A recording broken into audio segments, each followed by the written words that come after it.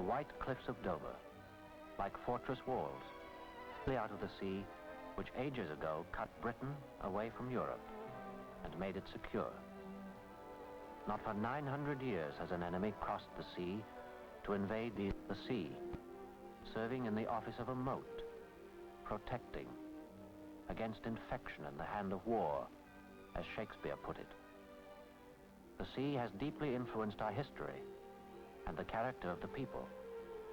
We're a seagoing people, an island people, proud, aloof, and a bit arrogant, perhaps, as island people are often wont to be.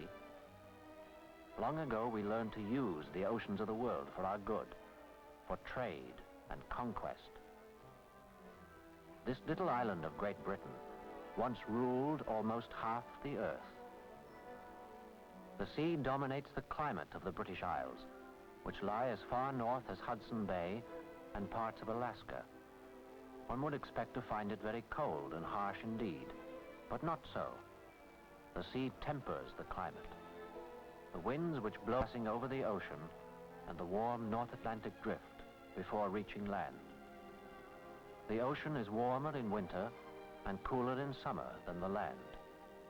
The winds take their temperature from the ocean, providing the British Isles with a moderate climate without extremes of heat or cold. Summer in London, for example, is considerably cooler than in New York, and winter is much warmer. Ours is an extremely rainy climate, however, but we consider this normal. The frequent showers provide the lovely lawns, the lush meadows, and the rich green countryside. It's cloudy, damp, and gray much of the time, I'm afraid. But then may come heavenly clear days in the wake of a breeze, bringing the fresh tang of the sea, and all Britain seems to take to the beaches. The British Isles, home of 54 million people. England, Wales, and Scotland make up the island of Great Britain, a land area about the size of the state of Minnesota. From Firth in the north to Land's End in the south, a distance of approximately 650 miles. Great Britain and Northern Ireland, or Ulster, together make up the United Kingdom. Southern Ireland, the Republic of Ireland, cutting all ties after World War II. After a long struggle, I might add. After 800 years of struggle, I might add. Dublin is the capital of the Republic of Ireland, a country of but 4.5 million souls. 100 years ago, there were nearly twice this number. Emigration, which seems to have become a national custom, and a low birth rate account for the dwindling population over the last century. Ireland is a poor country, an agricultural country. The land itself is so poor that it can barely support the people who must live on it. With industry very slow in developing here, Irishmen often must emigrate in order to earn enough to keep alive. It's a pity. Ireland is the least densely populated part of the British Isles. It's like a saucer. A mountainous rim surrounds the central lowland. It rarely rains hard, but the water does seem to keep dripping and drizzling down most of the time. It's a bit too cool and damp for crops, but fine for livestock. More than half the farmland produces hay or pasture for cattle. Livestock is Ireland's most important agricultural product. About a fifth of the country is bogland, wet, marshy, waterlogged ground. The bogs provide fuel, but on the other hand, they take up a good deal of land that might be put to better use. Decayed vegetable material, such as grass and moss, has formed the spongy matter called peat or turf. Sad to say, turf is our greatest natural resource. There are few forests, little coal, few minerals here. After it is cut, the turf is dried and used for heating and cooking. Potatoes are still pretty much the staple food for the country people.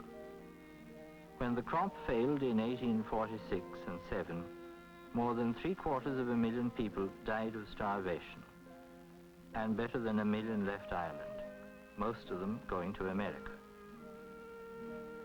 The Irish farmer leads a simple and a very poor life by the standards of other countries, particularly our English neighbors. Only recently have farmers begun to mechanize to any extent and adopt modern agricultural methods, long common elsewhere.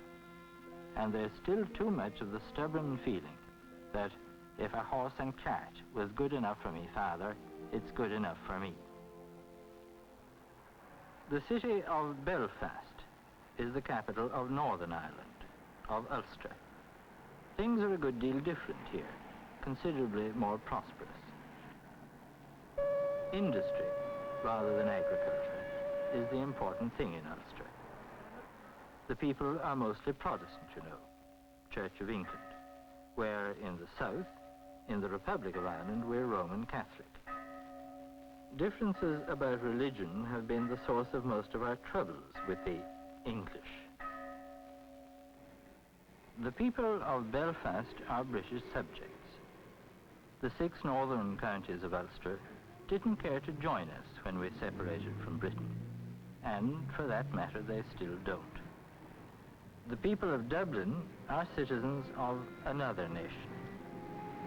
'Tis a sad thing to be a divided land like this. 2 countries on the same green little island. We'll move on now to Scotland, which occupies the northern part of the island of Great Britain. At its greatest length, about 280 miles, 146 miles wide. Home of just over 5 million people, 2/3 of whom live in the southern lowlands, the industrial heart of the country. The Scots are a people quite apart from the Irish and the English, with their own distinctive customs, character, and history.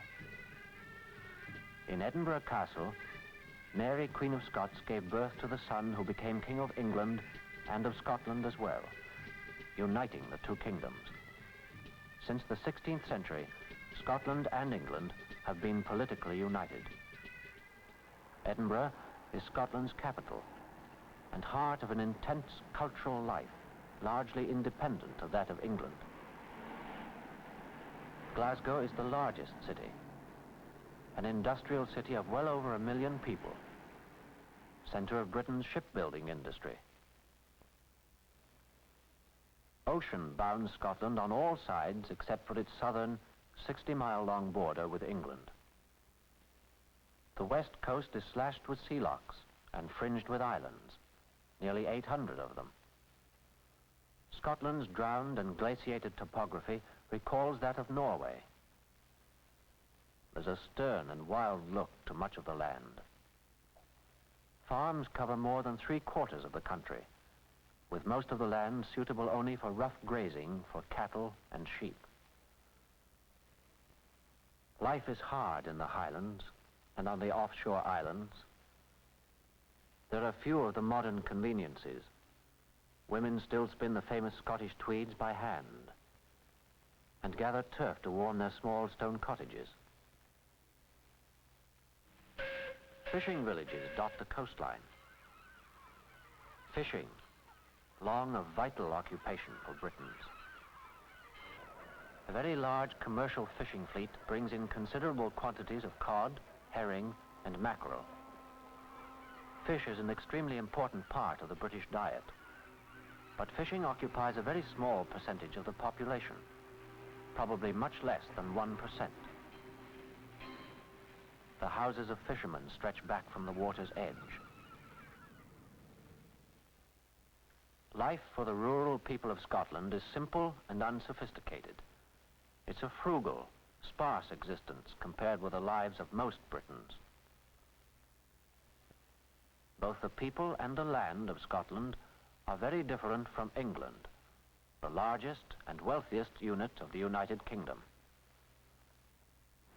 With a population of over 42 million people, England is one of the most densely populated countries in the world. Yet, as one journeys through the countryside, there is a generally uncrowded appearance. The land, for the most part, is gently rolling, with low mountains in the north, rising to little more than 3,000 feet. There are extremes of neither climate nor topography here. Over 2/3 of the land is in improved farmland, yet fewer than 5% of the people work in agriculture. Agriculture in England can be best described as running at a pitch of industrial efficiency. Highly mechanized farms, incredible crop yields, high-quality cattle, and famous breeds of livestock developed here. In spite of the efficiency of English agriculture and large proportion of cultivated land, there can be no question of farmers producing enough food to feed the population. There is simply not enough land.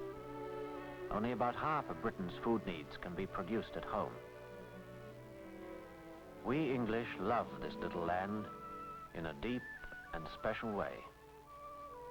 To understand why, I think one must experience the beauty of the countryside, of the hills and valleys, the hedgerows and ever-winding roads, the lovely, tranquil villages.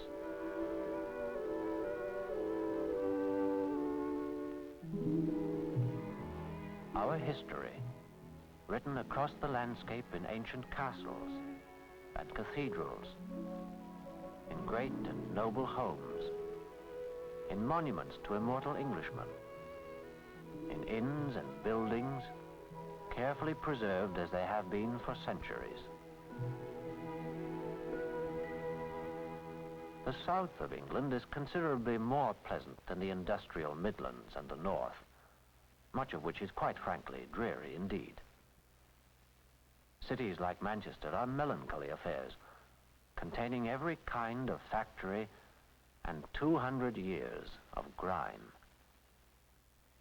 It was here in the Midlands that the Industrial Revolution, which changed the world forever, began. The Industrial Revolution, which made England the world's first great industrial nation. The iron ore deposits of the Midlands gave impetus to the Industrial Revolution. Britain has both iron and coal, the ingredients of steel. This is one of the reasons why she became the world's first industrial nation. Coal mines crowd the valleys of southern Wales, a hill country, since the 16th century politically united with England. This is one of the major coal-producing regions of the world, with sufficient reserves to last at least 200 years. Aside from coal and iron, Britain possesses few other natural resources of much importance. The great steel mills of England are located near the sources of iron and coal, in the Midlands. For nearly 200 years, Britain was the world's largest steel producer, though she has now lost this position. The textile industry also centers in the Midlands, near coal sources. The Industrial Revolution began with textiles, with the invention of steam-powered looms and the introduction of the factory system of manufacturing. Although the raw cotton and most of the wool used to manufacture fabrics has always had to be imported, Britain was for years the world's leading producer of textiles and textile machinery. In the potteries, one may observe the patient craftsmanship and rigid insistence on uncompromising quality so characteristic of many English products.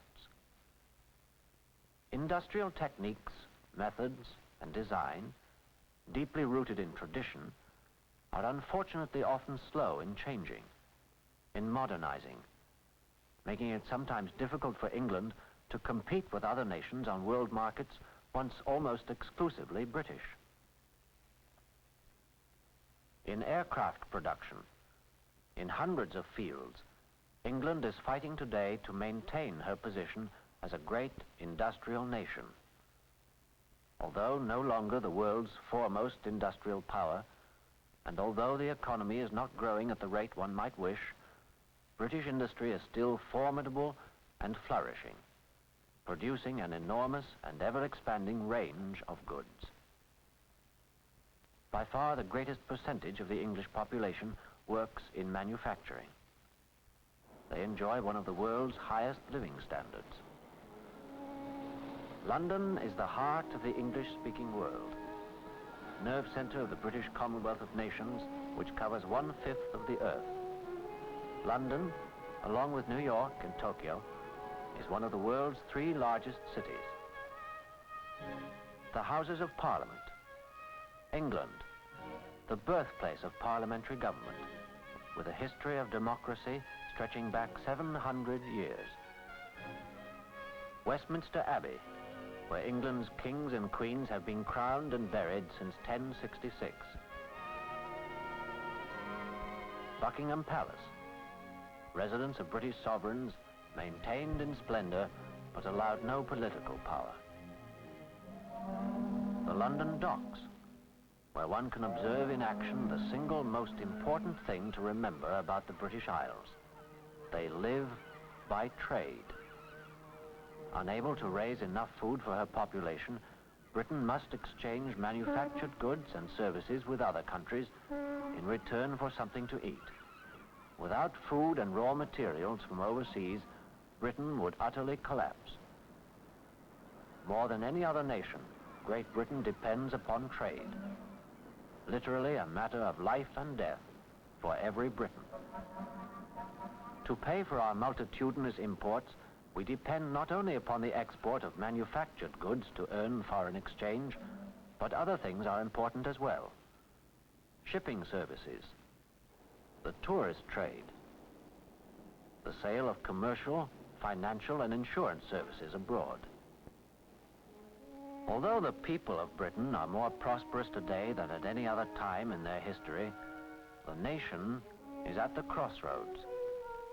We have remarkable assets in our mechanized farms and huge merchant fleets, in our immense manufacturing capacity and skill. The people, with their qualities of endurance, fortitude, and courage, are perhaps our greatest strength. It could be argued that no nation in the past has made such impressive contributions to the world as England. The symbols of Britain's might and glory are still there, but British power, prestige, and influence have seriously declined in a rapidly changing post-war world.